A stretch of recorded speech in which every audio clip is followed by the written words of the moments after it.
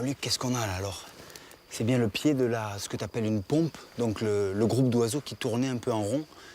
Là, il y a bien une quarantaine de vautours, plus des vautours péranoptères, plus quelques milans noirs et quelques milans royaux. C'est marrant parce qu'on voit qu'il y a vraiment un ordre hiérarchique. On voit vraiment que les vautours fauves, ils sont vraiment sur le cadavre, qu'on voit d'ailleurs presque pas.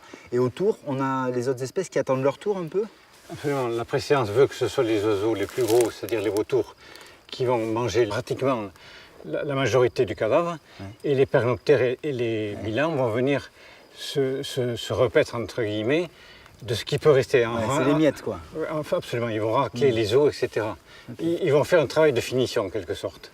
Bon, là, ici, on voit bien que les charognards, ils ont un rôle plutôt utile, puisque là, cette brebis, elle est morte de mort probablement naturelle, et les rapaces sont là un peu pour nettoyer la montagne.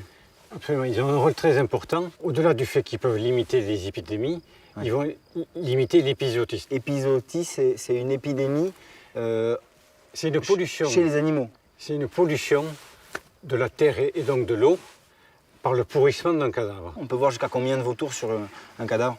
Sur une brebis, bon, 50 voire 100. Et 100. Si c'est un animal plus important comme un cheval ou une vache, ça peut monter à 150 voire 200. Hein. Et alors là, c'est nettoyé en combien de temps là? Parce que là, je vois qu'il y a déjà presque plus grand chose. Hein, une brebis, en 20 minutes, une demi-heure, le travail est fait.